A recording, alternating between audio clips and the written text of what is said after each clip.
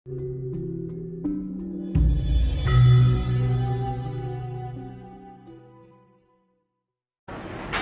Jawa leluhur kita itu menyebut orang Barat itu ero cengkre ya. Saya tidak mengatakan itu dari negara mana, karena sebenarnya negara itu klan-klannya, himpunannya itu masih merasa dirinya bangsa Arya yang cinta terhadap Nusantara. Tapi sebagai orang yang sudah menganut paham kapitalisme, kan mesti eksploitasi menguasai. Nah, suatu saat idenya itu bagus. Orang-orang Rwanda, pisang itu ini andalannya ekspor kan pisang untuk kehidupan rakyat. Pisang itu kalau untuk mengambil dari pohon alatnya itu kedul ya, kurang tajam, nanti buahnya yang jatuh rusak. Akhirnya kualitas ekspornya nilainya rendah.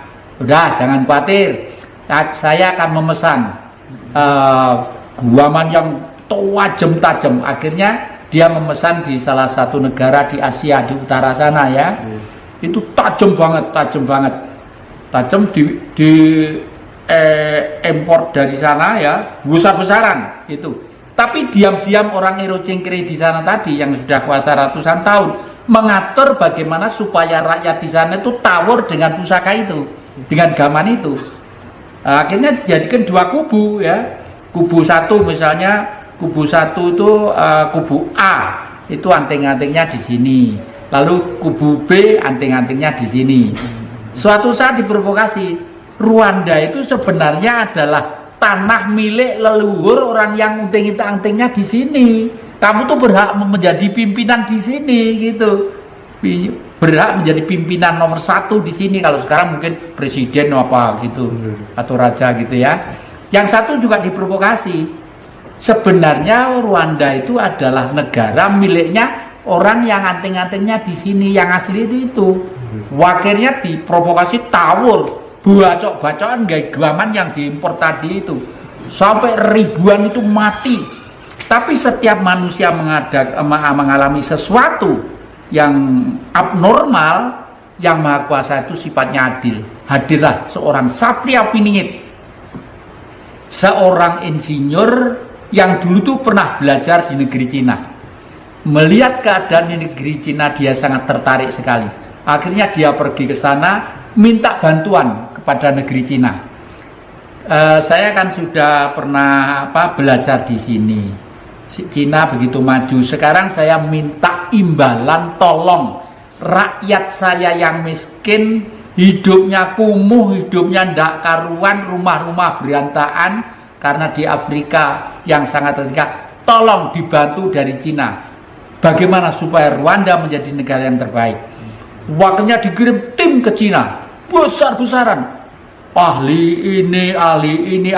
Sekarang ibu kotanya itu apa? Ibu kotanya itu termodern seluruh dunia, dan negara ibu kotanya terbersih seluruh dunia.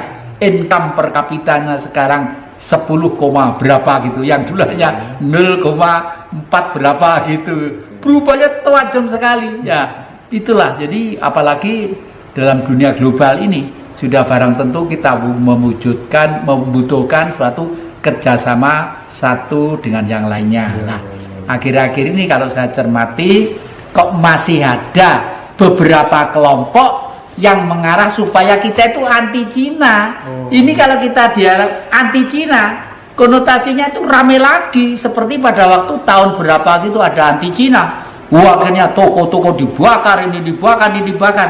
Itu sebenarnya adalah perbuatan yang tidak baik, akan mengulangi peristiwa tahun 66-67 yang lalu.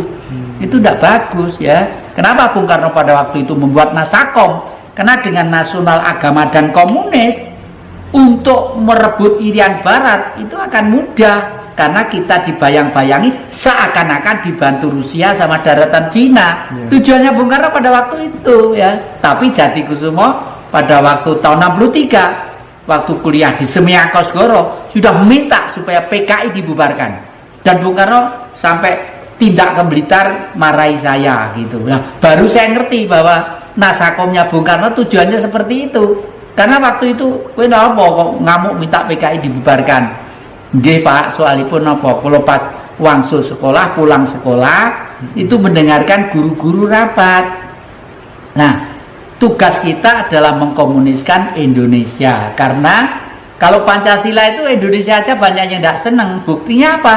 Ada pemberontakan DI, TII, Permesta. Tapi lah komunis kan internasional. Nah, begitu ada kata-kata harus mengkomuniskan Indonesia, sudah. Saya tawantang untuk tawur mereka itu. Rawame itu tahun 63. Jadi kalau sekarang ada gerakan-gerakan yang katanya komunis akan lahir kembali, itu gerakan politik kuno yang sudah usang, ketinggalan zaman, yang intinya itu hanya memprovokasi rakyat supaya kita tuh timbul huru-hara yang tidak jelas, dan akhirnya nanti akan digeret menjadi suatu negara agama yang anti kepada Pancasila. Intinya seperti itu. Okay. Tapi kebanyakan orang memang tidak sepakat, apa ya, pemerintah kita akhir-akhir ini memang selalu bergantung kepada Cina, hutang mumpuk sebegitunya gitu. Menurut yang jadi bagaimana itu?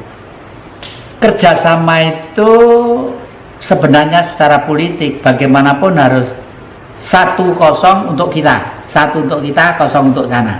Kalau sampai kita utangnya banyak karena kerjasama, berarti pelaksanaannya keliru, ya, pelaksanaannya keliru. Jadi misalnya Indonesia itu kerjasama dengan Cina hanya butuh supaya diutangi ini itu yang keliru, dan itu nyimpang dari cita-cita kemerdekaan.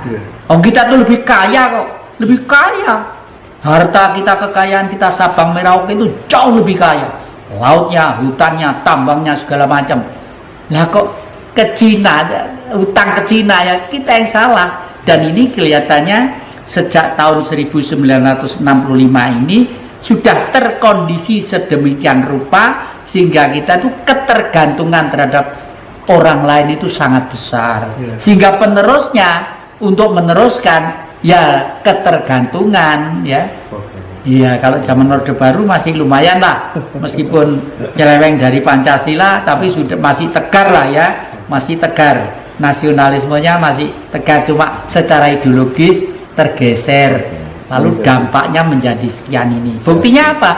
Setelah 65, kepala-kepala sekolah, dosen-dosen, guru-guru itu dirubah orangnya, itu orang-orang, maaf, orang-orang pemberontak, Masumi, ini, itu dihidupkan kembali. Seperti kepala sekolah saya berubah setelah dari Pak ini menjadi Pak Imam, namanya Pak Imam, saya masih ingat imam siapa gitu ya. Itu langsung merubah satu sistem, satu kondisi pendidikan di sekolah itu, yang intinya bergeser ke kanan, istilahnya itu ke kanan, ekstrim kanan.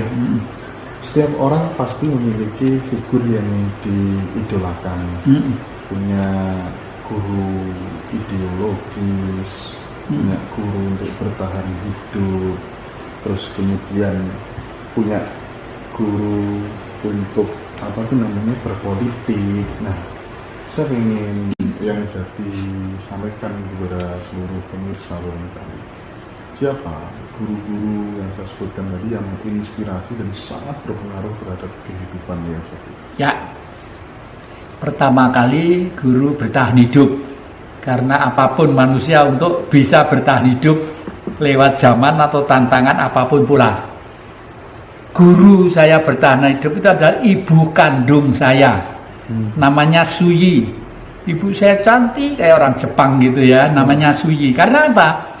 Karena waktu itu sebagai orang di desa, saya itu waktu kecil sering diajak keliling ke desa-desa kampung, ngider nih kain, dikreditkan dulu deh. Dikreditkan ngider nih kain gitu, saya ikut. Dari situlah saya juga tahu kehidupan mereka, bagaimana orang desa itu hidup dan bertahan dan berbudaya serta bermasyarakat itu. Nah, kehidupan politik adalah bapak saya. Karena apa? Karena bapak saya mendidik saya sejak kecil, tidak ada pekerjaan lain terkecuali perang. Perang untuk apa? Untuk bertahan menjadi orang yang merdeka. Nah, intinya kan ke sana. Jadi bapak saya guru politik.